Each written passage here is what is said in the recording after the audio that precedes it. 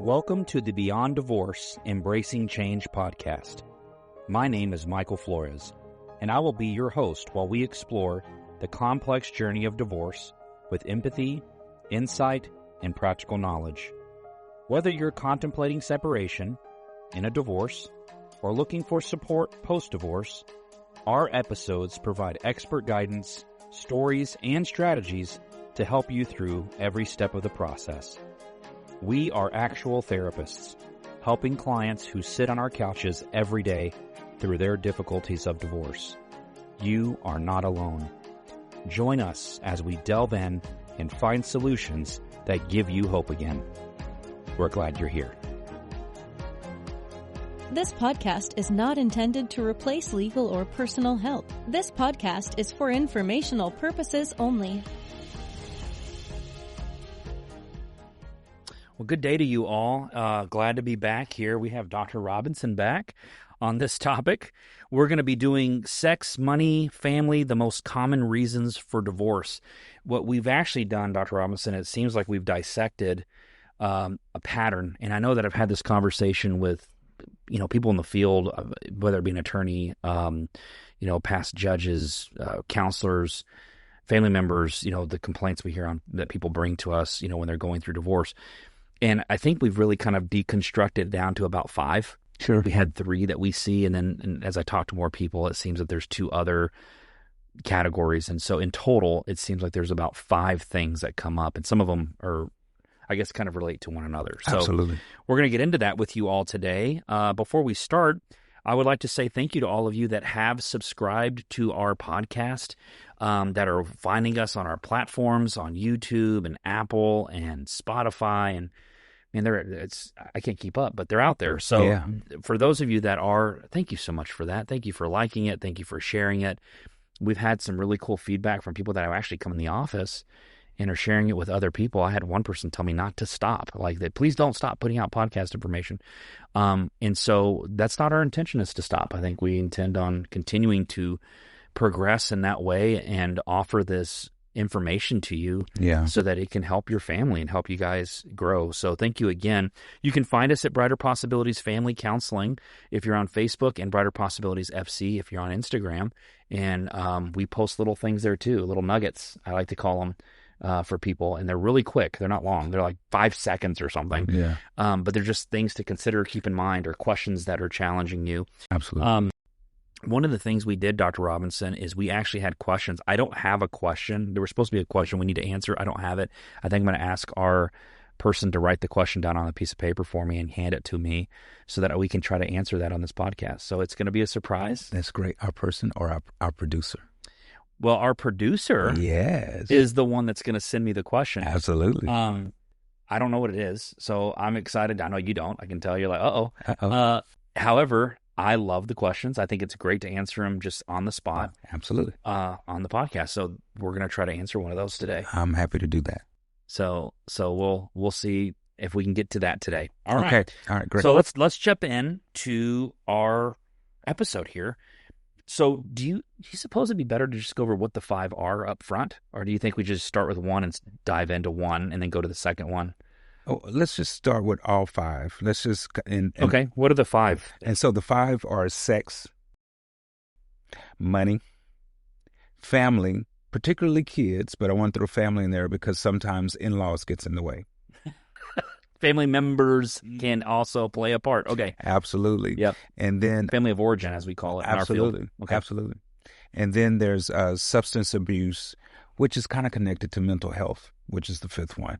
Sure. So we've separated the 2 because we did it based on the complaint. Absolutely. Yeah. So we did it as, so let's go over that again. Sex, money, family, kids, substance abuse, and mental health. Absolutely. So those are typically the 5 prongs when people are filing divorce, going to divorce, that they stem all their stuff from. It seems like that's where they're pulling, right? So they're pulling from stuff that they're pulling from one of those 5 in most cases. Yeah. Okay. So which one do you want to start with? Sex. Let's do it. Let's get into it. So typically, the easy one is the infidelity part, right? Right. Somebody cheated. Somebody stepped outside of the covenant, if you will. Cheated or cheating? cheated or cheating. Ooh, yeah. So they haven't stopped. And well, yeah, okay. Absolutely. Or there's also the piece where sex is not enough. There's not enough sex in the marriage. And then, of course, there's pornography. Yeah. Yeah. That's a layer. It's just the sexual component in general. Like there's not enough. There's, there's I'm not satisfied. You're bringing things into our sexual bedroom, whether it be an affair, pornography. Right. What it really stimulates from is like it's a problem that doesn't get resolved or is unresolved, and it festers. Right.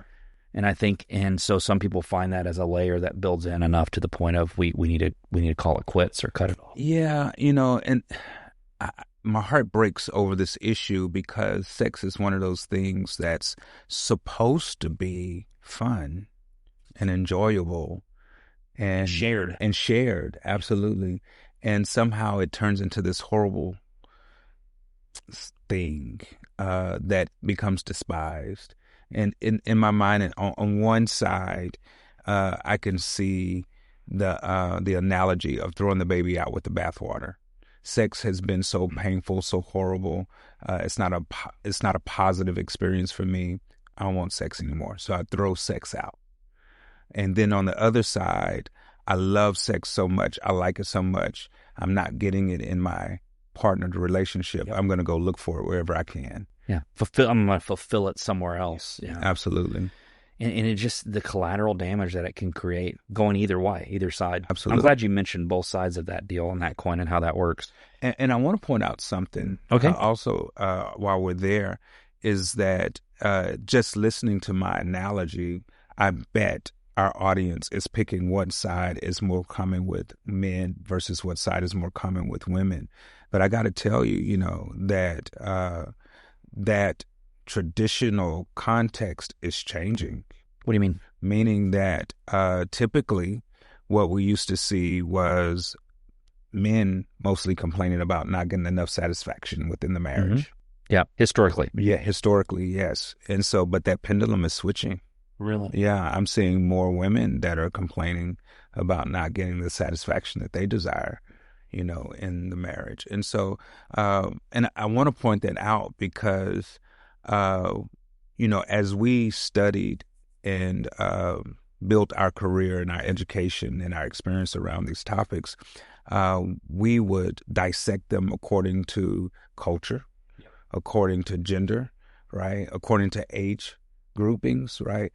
And I think it's important for us to not get stuck in that, because when the pendulum starts swinging, then we don't know how to swing our bat, and so it becomes very important to hear what is happening, listening to what's going on, so that we can do our best to offer solution to what our audience is experiencing and what our clients and families who come to see us, what they're experiencing. I will say whether there's satisfaction or there's enough sex or not enough, whether it's a quantity versus a quality thing, because I think they both play into that. Regardless of what it is, I believe that sex is an integral part of a marriage because of what it was actually what it was supposed to be. It was supposed to be with your partner. Absolutely. And it's supposed to be a marital thing between these two people. It's like covenant. Absolutely. In a way. And so to me, it is a important topic. I would encourage our listeners to say that if you're in a marriage now, yeah, and the sex thing comes up frequently or often, it just seems like it's like one of us is not, one or both of us are just not, we're not where we're supposed to be. I highly would say talk about it. Yeah, absolutely. And if your discussions aren't leading to ways where y'all can, coexist in this, seek out some help, because my fear is that it will eventually bleed over into something happening that could cause you a potential divorce. Absolutely. And if you are divorced as a result of sex being the main thing, do you suppose that it comes up in the next relationship? Absolutely. So it's like one of those things that doesn't resolve until what? Until you find the solution within yourself. Like, what's the issue with me in this situation? And I love what you said about talk about it, because I think that our audience should understand that when we say talk about it, notice you didn't say argue about it. How I said it matters. Yeah. You did not say complain about it, No, I didn't. right? You didn't say criticize it. And so I want to encourage our audience to think about their approach when they begin to talk about these things, because, have you heard people say, I'm tired of talking about the same thing over and over and over again. I hear that all the time. Right.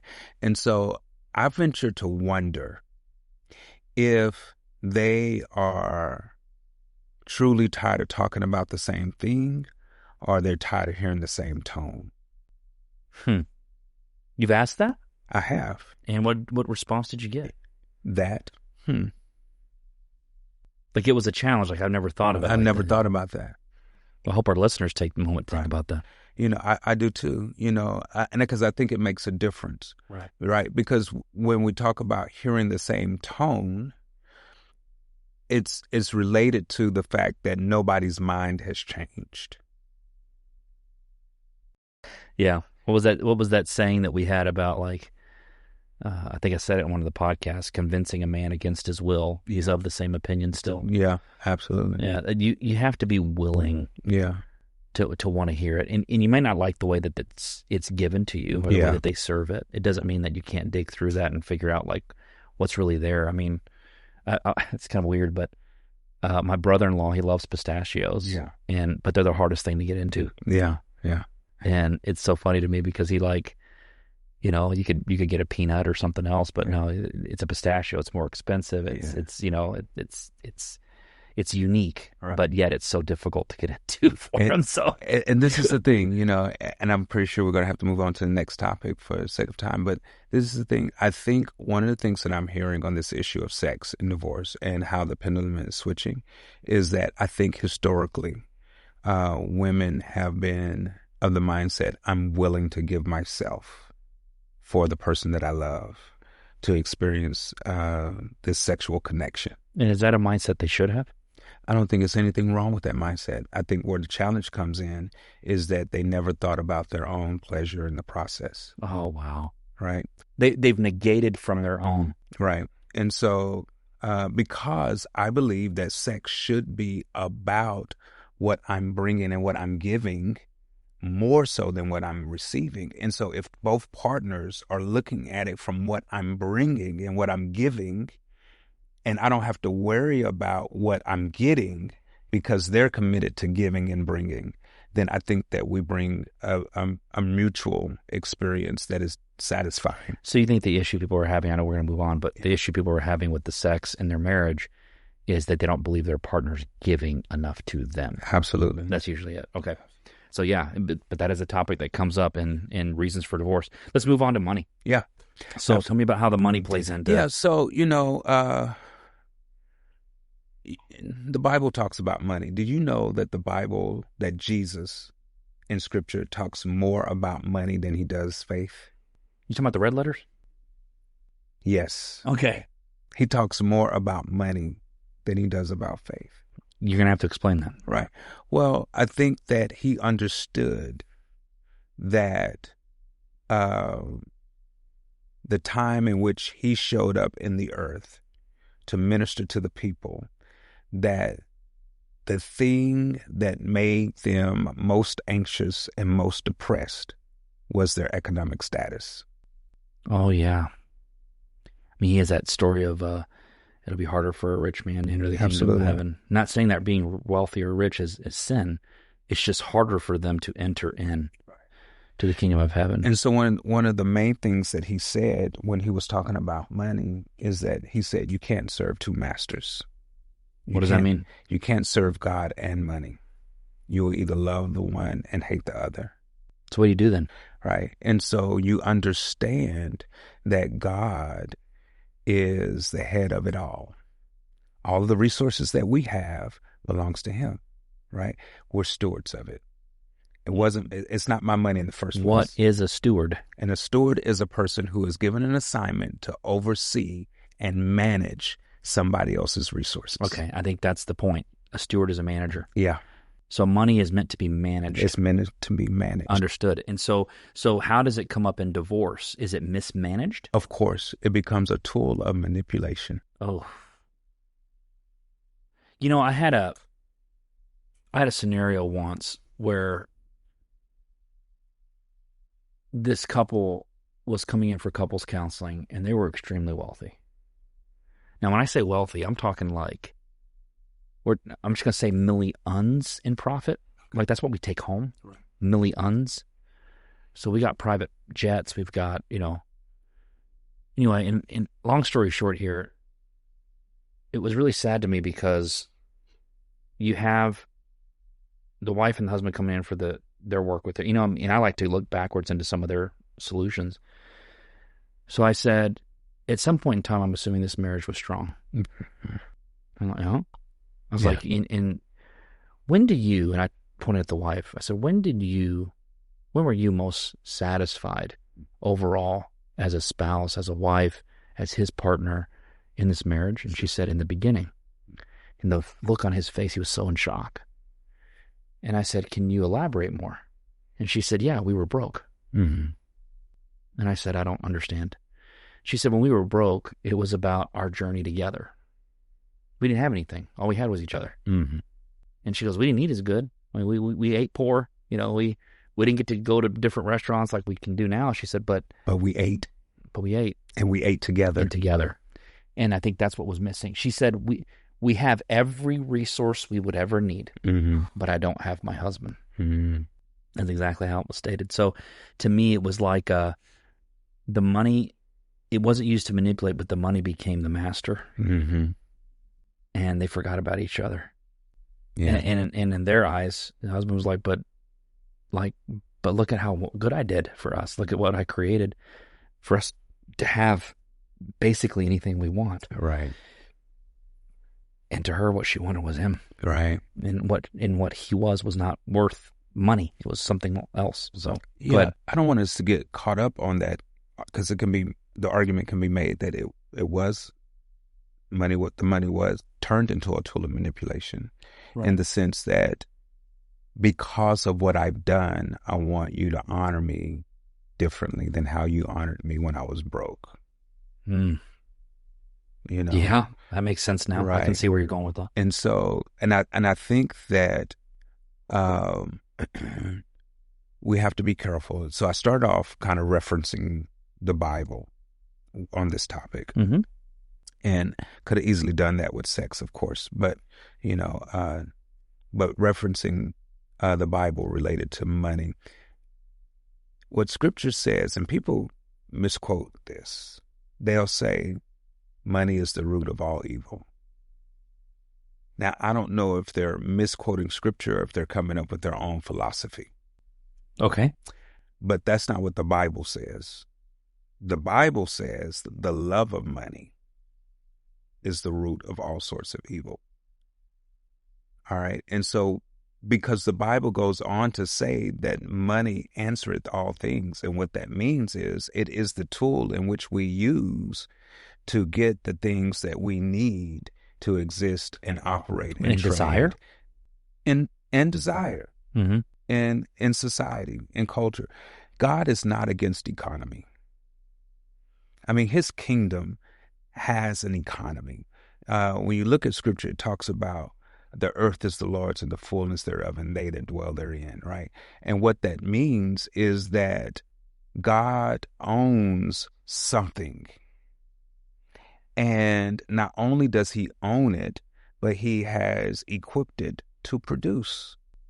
Right. And that production is to provide a service or a product, right?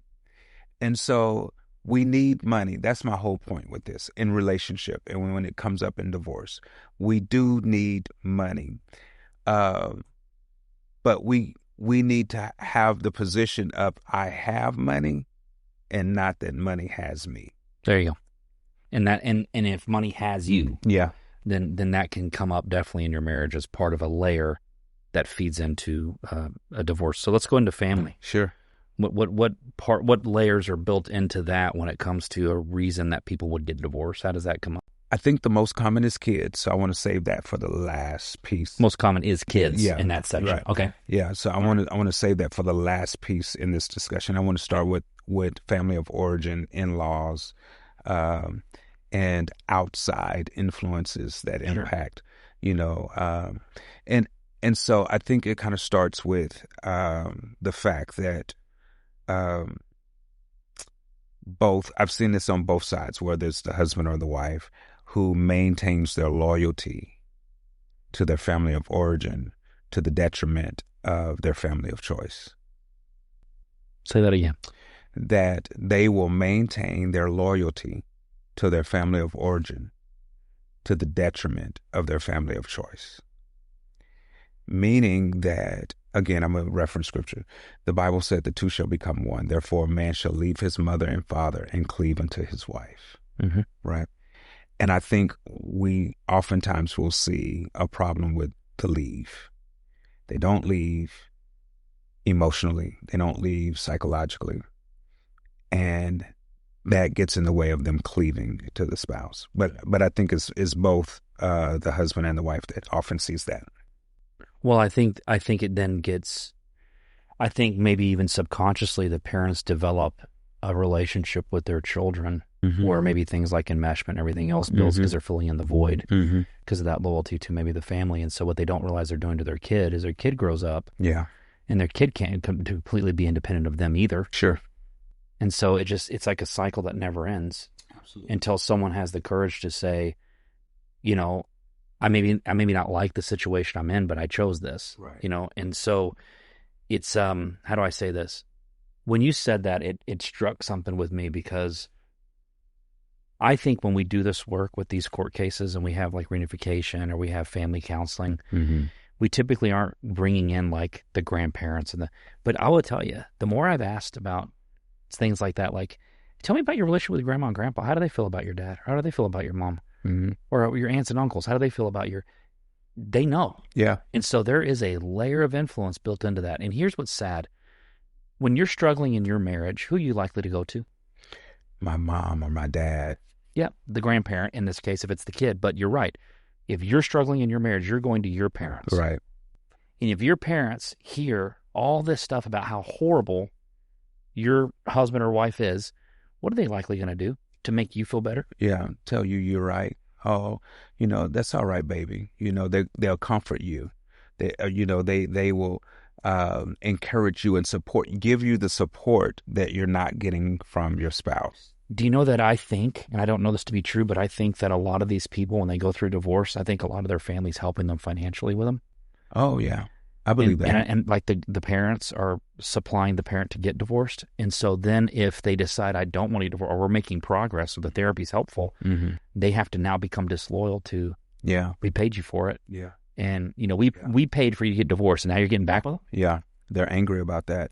Yeah. So I'm thinking about a couple of scenarios that I've witnessed where in one scenario, the problem was that the wife was frustrated that the husband wasn't working, but then she discovered that the reason why they were able to maintain their lifestyle was because he was receiving money from his mother, and she was livid. She was like, I don't want to be dependent on your mom. Right. And his point was, what difference does it make where it comes from as long as it's legal?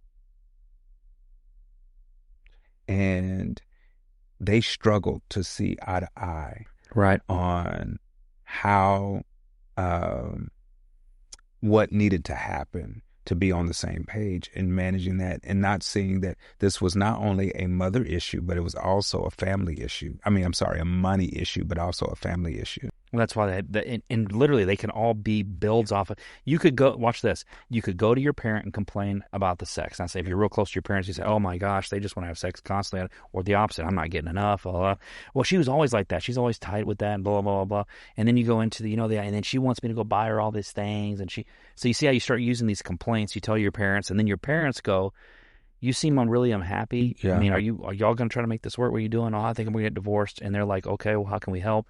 And so it gets convoluted. When in reality, in most cases, what people are all looking for is some kind of resolve. Yeah.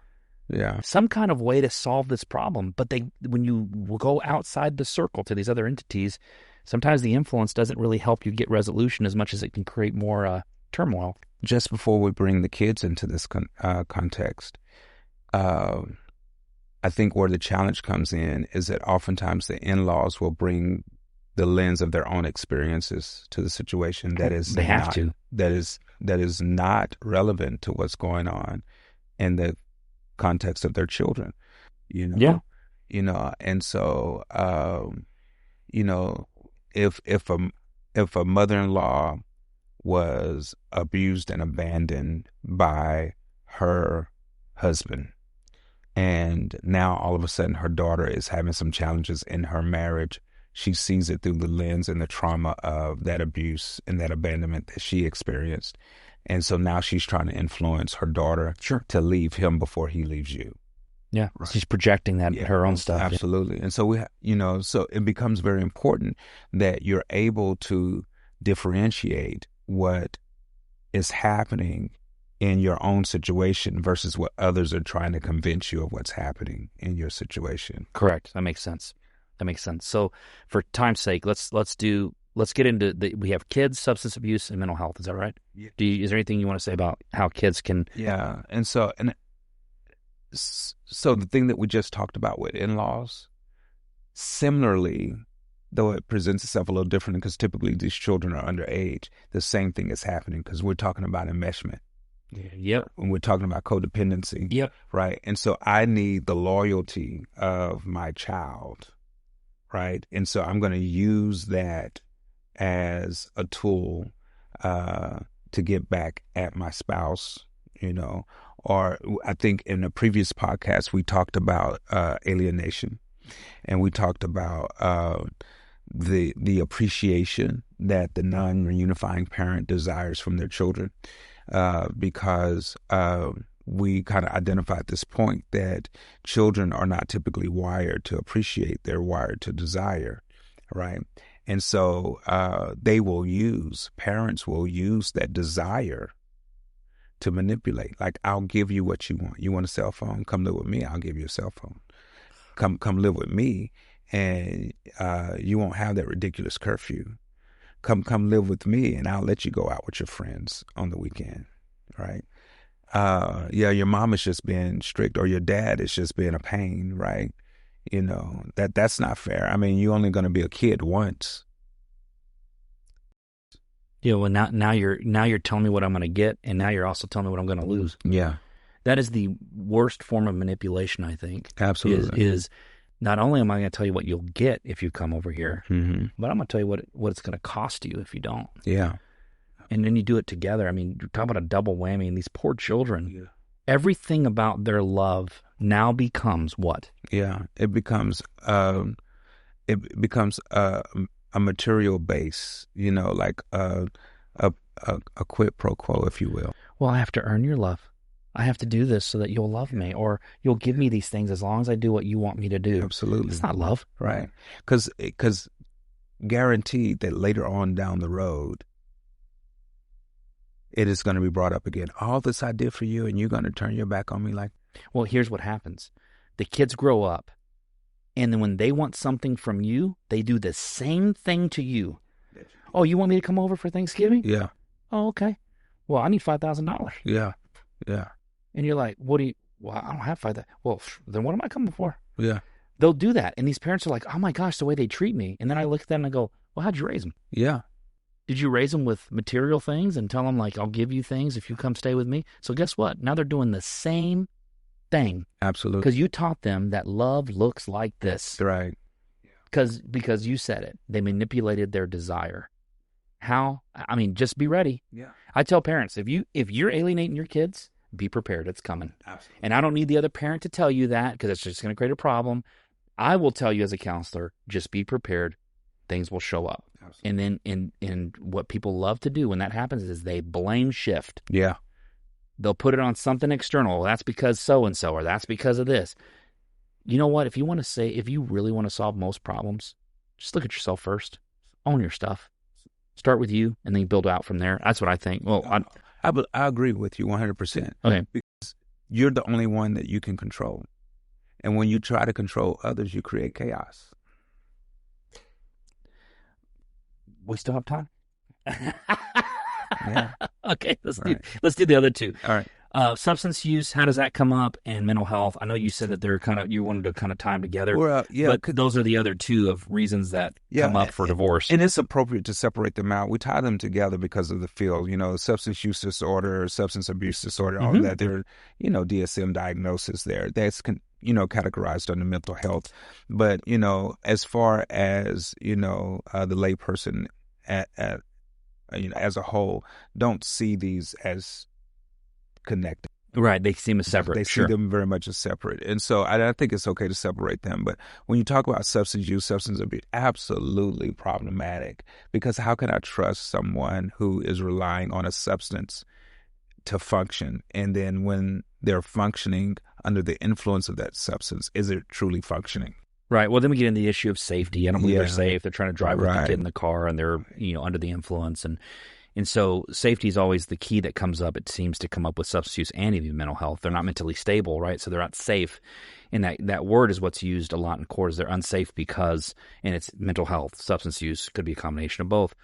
The thing I've learned here, Dr. Robinson, with these two things is that when individuals go through the divorce process and through the court proceedings, they'll typically see things in other people that they're part of. Like, it's really funny because I'm not saying it happens in all cases, but in most cases, like if you've been married to this person and you're complaining about their alcoholism, it's not uncommon for them to go, well, I'm assuming at some level you drink too. It'd be weird for you to, like, you just married an alcoholic, but you don't do anything. You don't drink. You don't. I'm not saying it doesn't happen. I know it has happened where one person doesn't drink and the other person just drinks to no end. But people typically find themselves with other people that are kind of like them. This is true. And there are a few exceptions. Oh, sure. And because I'm thinking about a scenario where he definitely was an alcoholic who was in, I don't know, what's the word, remission? That's not quite the word, but he was sober. Yeah, he was in sobriety. He was currently in sobriety. Currently in sobriety. And had been doing well, found this woman, married her, and something happened. And he relapsed, right? And at first, of course, it started out as no big deal, but it's a big deal when it's someone who's truly an alcoholic. He relapsed and he drank, and he didn't get drunk, but he drank until he kept on drinking, right? Yeah. And it became an issue, and so it took her by surprise. Sure. And in an effort to remain committed and loyal to the relationship, it cultivated some challenges on her own. Sure. Other mental health issues rose up for her, right? A great deal of depression, a great deal of loneliness. And this is the thing, like, mental health issues oftentimes are present but dormant until something triggers. I don't think people know that much. Yeah. It could be triggered in a relationship. It could be triggered in a loss, a trauma, a death in the family, some significant event. The most common that I've seen, and I'm not sure what the research shows, but the most common that I've seen is a major loss. That makes sense. Right. If it's a loss of a job, a loss of a home. But would divorce be considered a loss? Divorce is definitely considered a loss. So then you see it trigger something in the person too. Absolutely. Yeah. Absolutely. So I'll say this with mental health. The two most common things that come up, it seems, with the divorce mental health that I hear all the time is narcissism. Yeah. And borderline or bipolar. Yeah. I said two, but I guess that's three. But yeah. And that complaint comes out all the time. It does. And it the problem for us though is we hear it so much that we almost like are desensitized to it. And plus we actually have I told Armando this once. I said, as a clinician, I feel like it's a slap in the face when someone comes in, uses a mental health diagnosis. Right. And that there's never been a diagnosis. I read something or I saw a TikTok. Sure.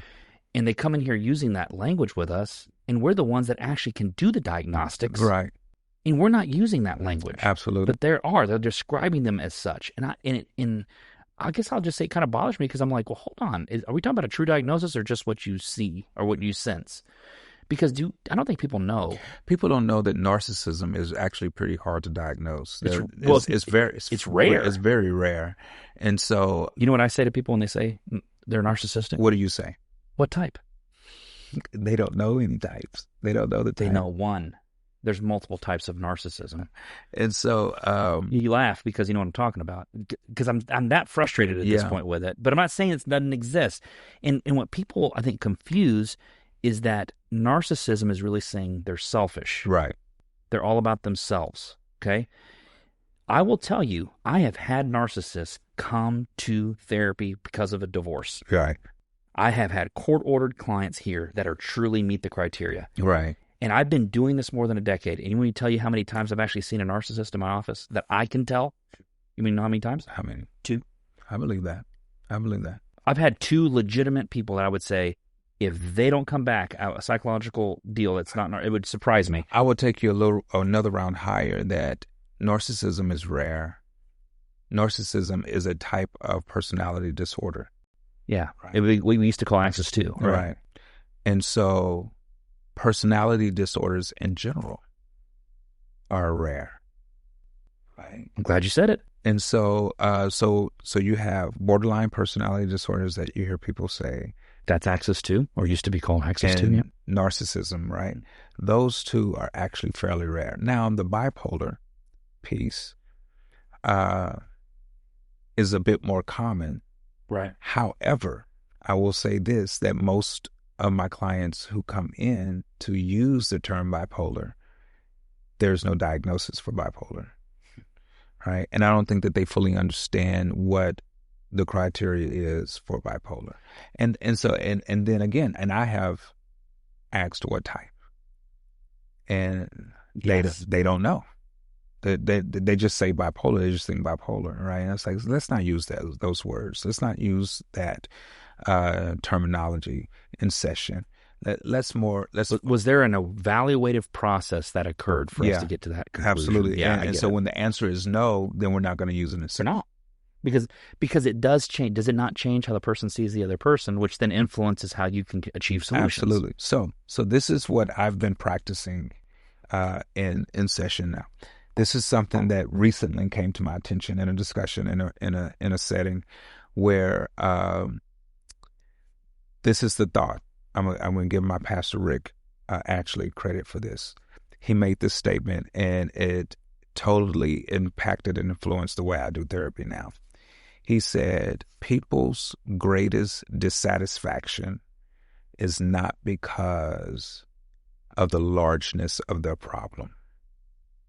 He said, people's greatest dissatisfaction is because of the smallness of their goal.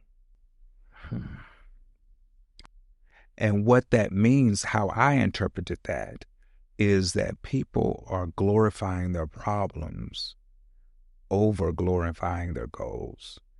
And so what I try to help clients to understand is that, listen, I'm not asking you to ignore the problem. What I'm asking you to do is to identify your goal and give more attention to your goal than you are to your problem. Let your problem influence how you pursue your goal. So that changes how we dialogue. Acknowledging the problem exists. Yes. You know what's funny is, if I came to you as a client, and all I told you was what I hoped for, I never told you what was wrong. Yeah. I just told you what I hoped for. Do you think you can figure out what my problem was? Yes. It's funny because I literally I love this. What a phenomenal scenario. Yeah. Not a court case or anything like that. Lady comes in, says, I'm so embarrassed by what's going on in my life, I don't even have the courage to tell you. Okay. And I said, well, then don't. Yeah. And they said, then how can you help me? I said, let's just try this instead. Can you just tell me what you're hoping for? Exactly.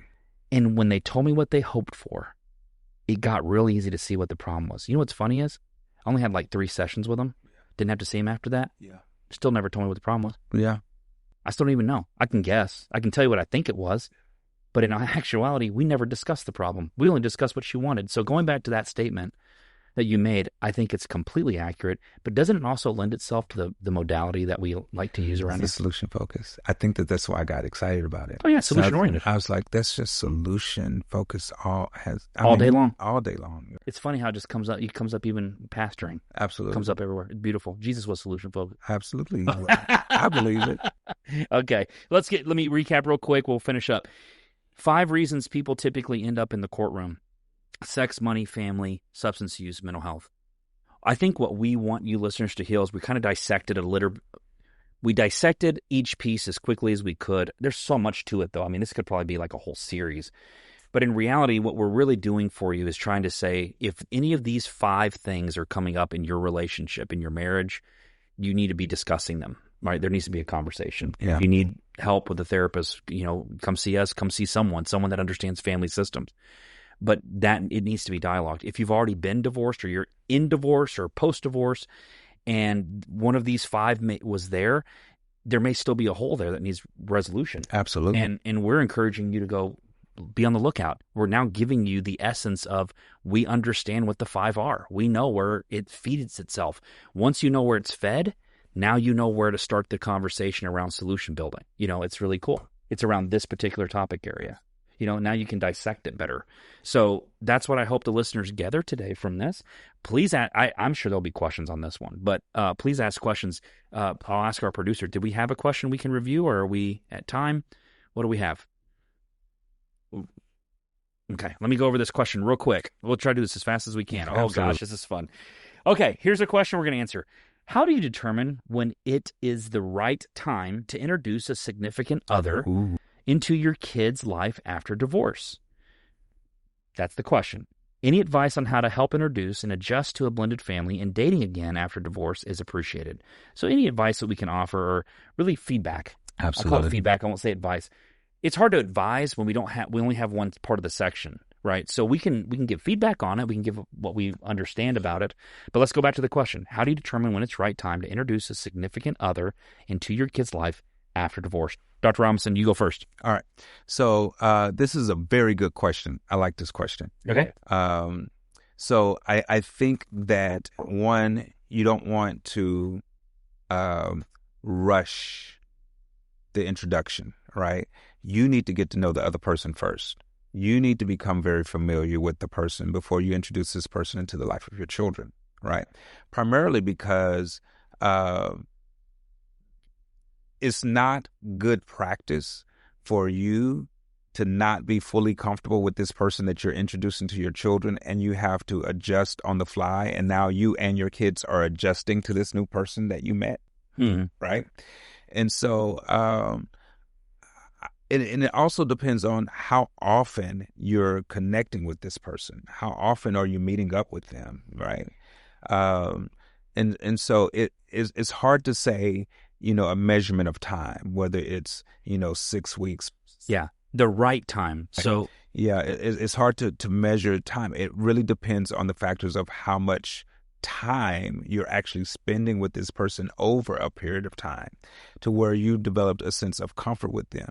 Can you clearly state that this is someone that you want to invest in, that this is someone that you want to invest in your life? Are you feeling safe? Do y'all have shared goals, shared values? All right.